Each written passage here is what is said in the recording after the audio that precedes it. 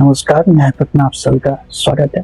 आज से हम पढ़ेंगे the code of civil procedure 1908। बात करते हैं मानव सभ्यता के शुरुआत की, जब किसी तरह का रूल्स और रेगुलेशन नहीं था। तब माइट वाज राइट का कॉन्सेप्ट चलता था, मतलब जिसकी लाठी उसकी भैंस। फिर इसमें कॉन्सेप्ट ऑफ म्यूचुअलिटी भी नहीं थी, मतलब एक बैलेंस वे में गिव एंड टेक का सिस्टम नहीं था, है ना। फिर धीरे धीरे समाज में सिविलाइजेशन आया। सिविलाइजेशन शब्द बना है लैटिन वर्ड सिविलिस से।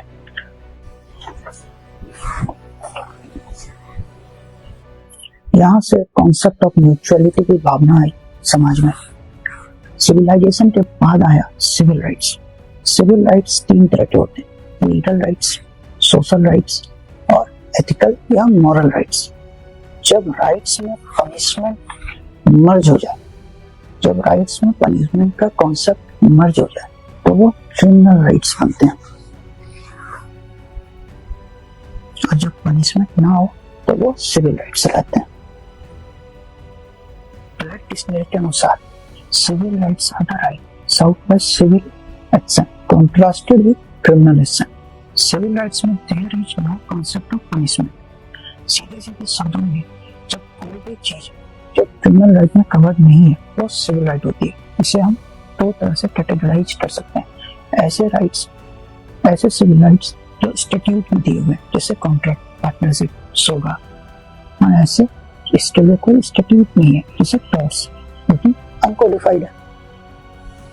जो राइट हमें सिविल लॉ से मिलते हैं और जो राइट हमें क्रिमिनल लॉ से मिलते हैं, दोनों के अप्रोच में भी काफी डिफरेंस है। एम कृष्णन वर्सेस विजय कुमार 2001 के केस में सुप्रीम कोर्ट ने ये कहा था कि सिविल राइट जो है is about individual versus individual. वहीं क्रिमिनल लॉ में ऑफेंस केवल विक्टिम के खिलाफ नहीं होता है, अपितु पूरे समाज के खिलाफ होता है। सिविल लॉ का जो एंड प्रोडक्ट है वो है जिस कंडीशन में पहले प्लेंटिफ था उस कंडीशन में उसको वापस लाना। वहीं क्रिमिनल लॉ का जो एंड प्रोडक्ट है वो पनिशमेंट। सिविल लॉ में जो स्टैंडर्ड ऑफ प्रूफ है वो प्रीपोंडेरेंस ऑफ प्रोबेबिलिटी है। वहीं क्रिमिनल लॉ में स्टैंडर्ड ऑफ प्रूफ जो है बियॉन्ड रीजनेबल डाउट है। सिविल लॉ में जो है हर स्टेट पे प्रोसीजरल कॉस्ट है जो बियर करना पड़ता है, वहीं क्रिमिनल लॉ में ये कॉस्ट स्टेट बियर करती है।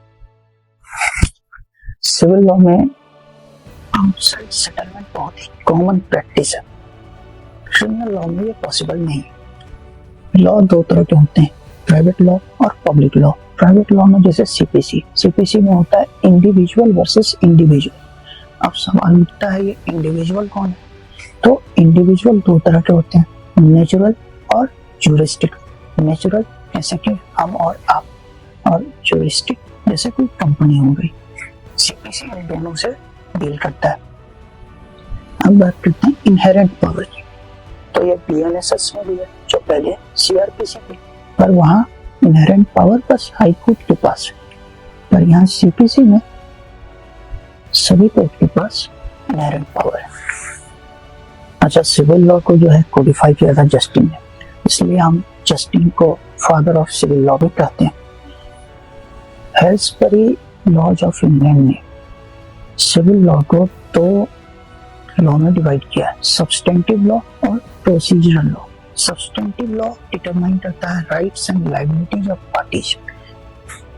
Procedural rights come in picture when someone substantive rights gets infringe. Substantive law जो है वो पत्थर की लकीर है। जस्टिस अय्यर ने कहा था, procedure is the handmade of justice.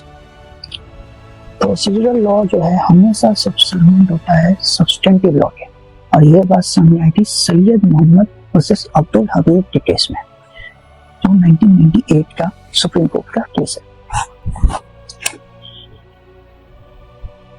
इस लेक्चर के नोट्स आपको टेलीग्राम पे मिल जाएंगे। तो आज के लिए इतना।